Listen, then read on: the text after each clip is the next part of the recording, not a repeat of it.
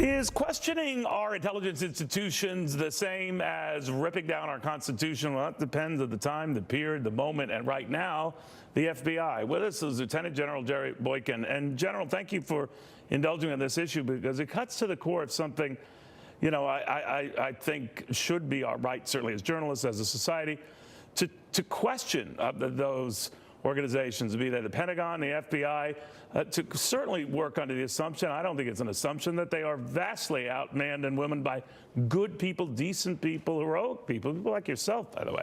But that there is the possibility that within such groups there can be agendas, there can be, you know, cabals that form to benefit one and not the other. And I'm wondering whether, in light of what's been going on, the back and forth about Mueller investigation and who did what regarding Russia, that it's just as fair game to look at those who might have had an agenda to take down a president and to take down someone who maybe a couple of people there didn't think could ever be president. What do you think? Well, I think we have an obligation to question the intelligence community. Look, we saw Jim Clapper sit before the Senate and lie to them by saying, you know, that he had never collected against American citizens, only to find out later that it was a total lie.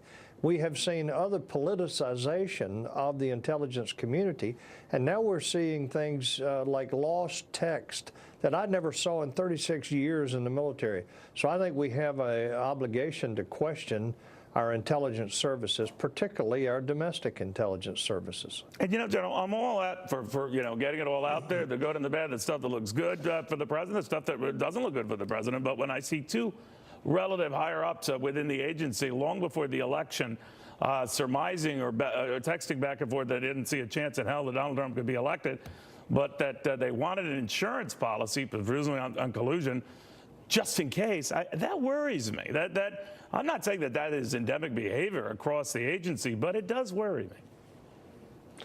Well, look, I can't say how far back this goes, but right. I can tell you that having come up my last 4 years in the Bush administration, I can tell you that there was a very serious effort to make sure that there was fidelity and integrity in the intelligence community. That's why George W. Bush would not take credit for the weapons of mass destruction that we did find, which was chemical and biological, because our intelligence estimates said that there was a nuclear program, and he would never take credit for that. He was holding the intelligence community to the task.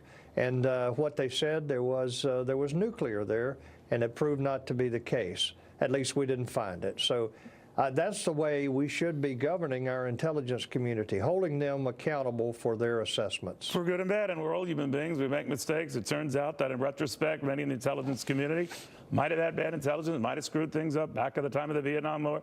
The Pentagon might have been misleading us and all that, but we accepted it at face value, and everything they said then and in the moment since, we'd have been doing ourselves a huge disservice. In a country like ours, I think we could do both, you know?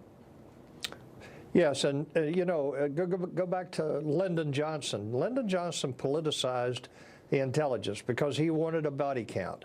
And what it translated into was, on the ground, they were doubling and quadrupling the body count at times at the direction of some of the senior officers there. And every troop on the ground knew that this was wrong, but our intelligence community was politicized just so that Lyndon Johnson could say we were winning the war. We don't need that today. We need to get this cleaned up as quickly as possible and get the integrity back in our intelligence community, because there are some great, I mean great Americans out there risking their lives to provide us with the most important thing, and that is indications and warnings of future threats. That is very well put, General, and I do appreciate your patience. I know we had you on other matters today, but being the pro you are and the patriot you are, I had a feeling you would be willing to take this on. Thank you, sir, very, very, very much. Again, glad to be with you. We are not going to preach here to the General's point here, but when you stop questioning the type of material you're getting on an institution, you're not debasing that institution. You're not showing a lack of respect. Showing a lack of respect, debasing that institution is not doing so. We'll have more to this.